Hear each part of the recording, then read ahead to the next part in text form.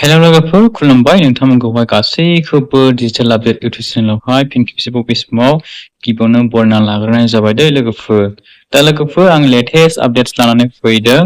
दा बे जाहैबाय नोंथांमोननि SSEB result SSLC matric final रिजाल्टनि जायफ्राहाय कनफार्मेन्टेल एग्जाम होदोंमोन नङा होमबा लोगोफोर।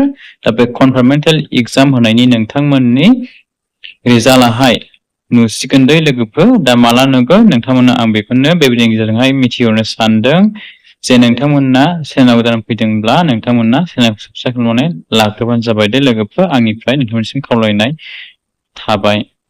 दा नोंथांमोना बे Assam state school education board दा बेनि नोंथांमोनाहाय कनफार्मेन्टेल एग्जाम होनाय SSLC मेट्रिक फाइनालनि नोंथांमोना जायफ्रा कनफार्मेन्टेल एग्जाम होनो मोनदोंमोन दा नोंथांमोना बेनि रिजाल्टखौहाय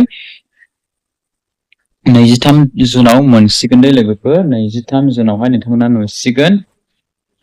दा 11 बाजिनाय लोगो लोगो नोंथांमोना बे जोंहा SSB बोर्डनि बे अफिशियेल पर्टेलावनो नुनो मोनगोन दे लोगोफोर। 23 जुन मंगलबार बारायावहाय टुइसडेआवहाय नोंथांमोना नुनो मोनगोन दे लोगोफोर।